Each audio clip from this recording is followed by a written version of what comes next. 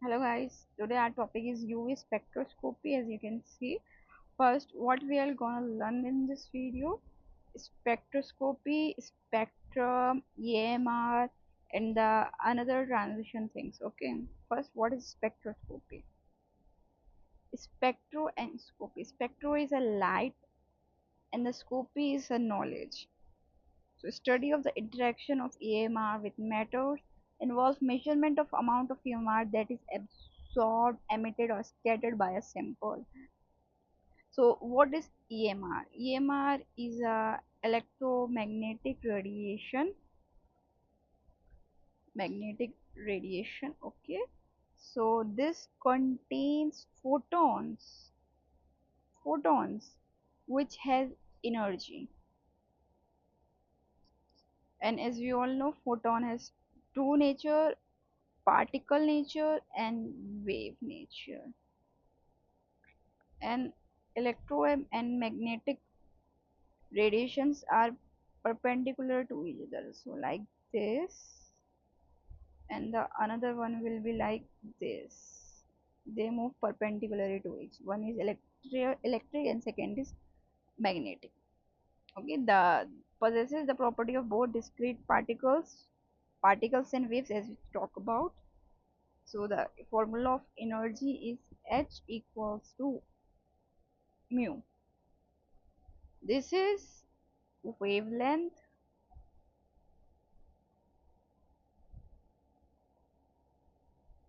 equals to H mu.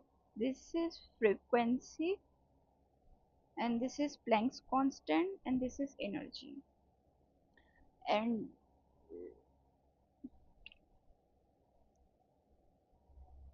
study of interaction with, and we have talked about that this is a quantitative thing.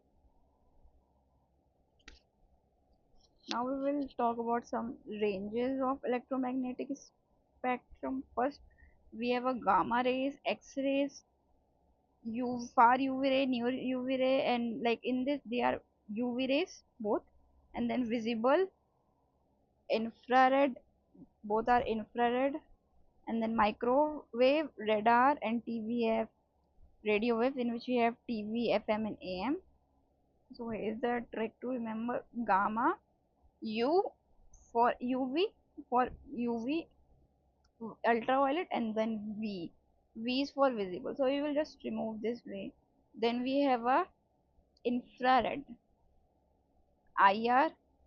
Then we have microwave, MR. Okay, so the trick is gamma, X, X-ray, U ray, visible ray, infrared rays, then microwaves, and then radio waves. Okay, this is our trick. And main our study of concept today is use you ultraviolet rays and visible rays. Ultraviolet rays is from 10 10 nanometer to 400 nanometer, and this is 400 to 800 nanometer.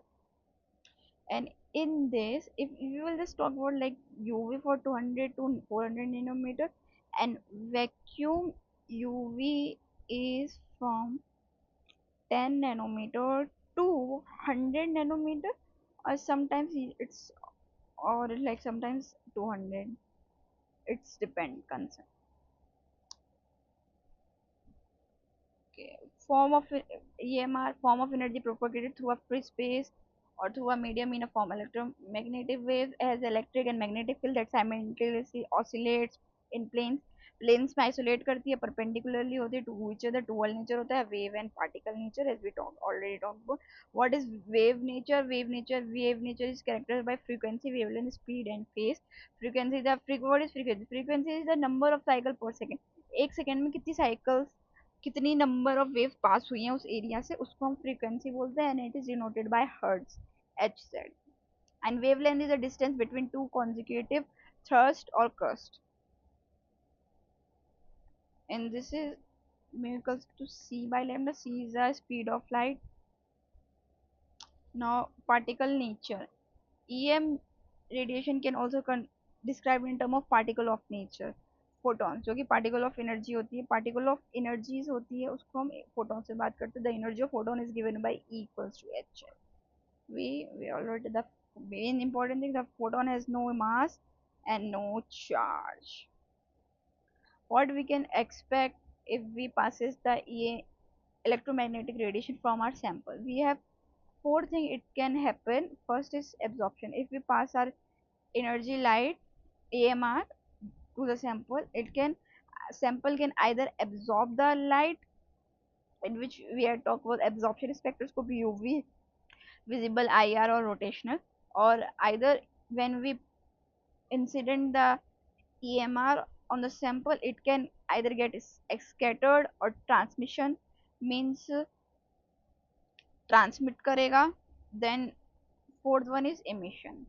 The sample itself get emit light from it on its self. Like, what is the difference between absorption and emission? In absorption, the light will get absorbed into sample, and the electron inside get excited and go from ground state to an excited state in case of absorption. But in case of emission, the excited state electron will go down to the ground state and will emit the light, and then we can identify or determine what is the sample had absorbed. Emission, though, in this we have a flame, phosphorescence, fluorescence spectroscopy. Now we have a energy high to low. In we have a gamma to radio waves, AMR. Okay, so the gamma rays have the shortest wavelength, shortest, and the main thing is energy is inversely proportional to the wavelength. The shorter the wavelength, higher the energy.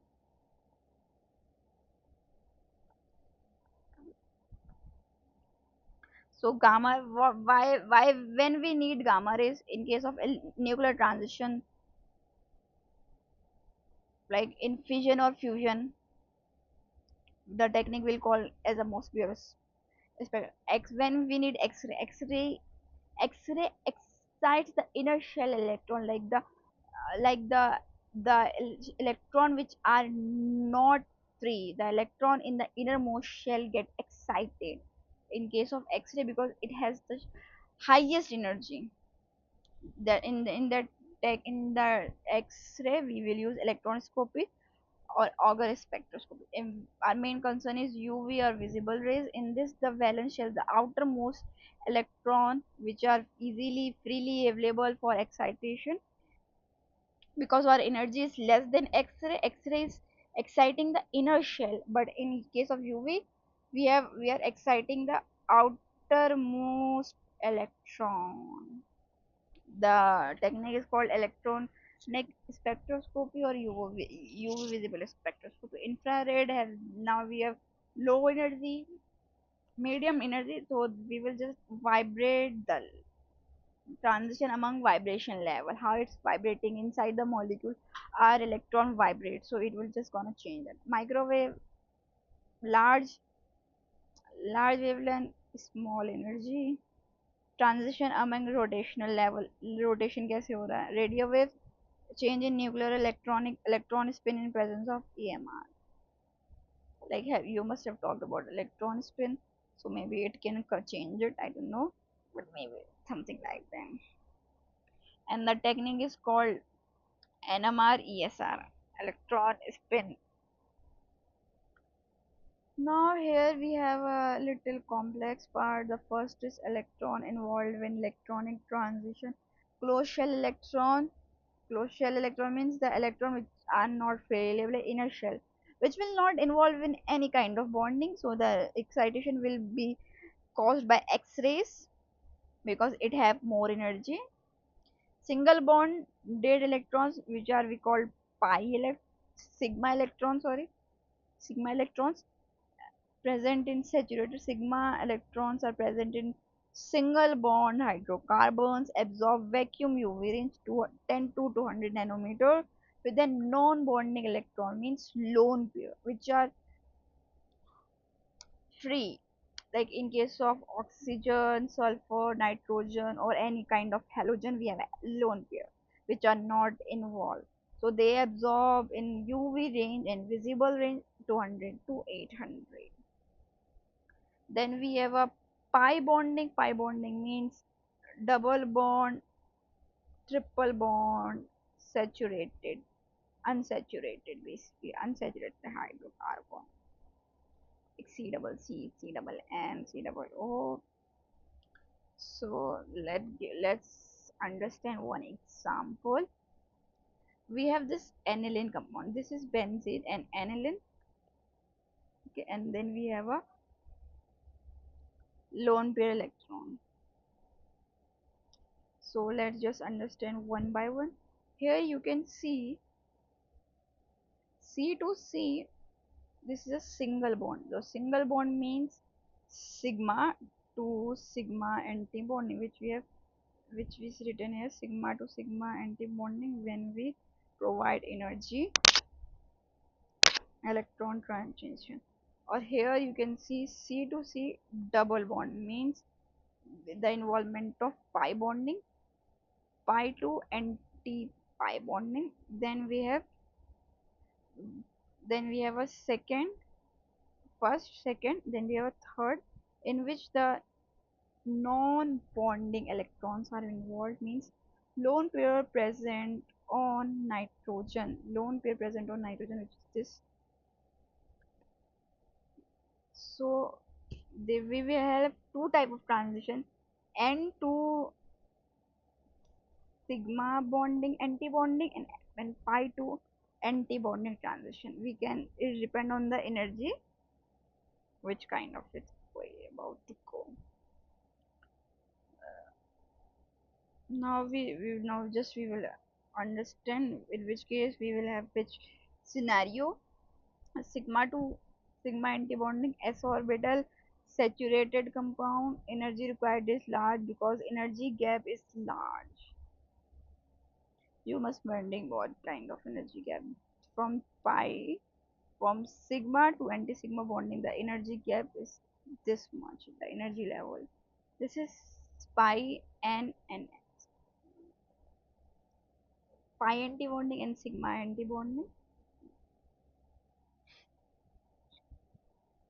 That's why we need high energy because energy gap is the more. For this we need vacuum UV light for excitation. We can't go with UV visible spectrum. Now lone pair to sigma antibonding, the saturated compound, the compound will be unsaturated, but it will have a lone pair like O and S, or any halogen which is capable of transition. The wavelength will be around 150 to 250 nanometer. Less energy will required. Then we have a pi to pi anti-bonding, conjugated double bond, triple bond. We will, the energy need is a 200 to 400. N2 pi anti bonding double bond होगा, hetero atoms होंगे because we need lone pair, and the wavelength will be around 300 nanometer. The visible spectrum, the light which we are seeing is the reflected light, not the absorbed light. So the when we determine the wavelength, we will find the, for example, in case of riboflavin, the light we are seeing is yellow. So the wavelength we will determine is not near this region, else it will have the region light wavelength of the complementary color. Let me show you complementary wavelength we will see. Like in case of riboflavin, the light we are seeing is yellow color, so the wavelength will be in between of this 400 to 430 nanometer. It's absorbing this one, and this one is not absorbed, so this is reflected. In case of potassium chromate, the color we are seeing is orange, so the range the light which it's absorbing is a blue, from 430 to 490. And in case of rifampicin, you also seeing orange color, the light is this, so the light is absorbing is this blue color.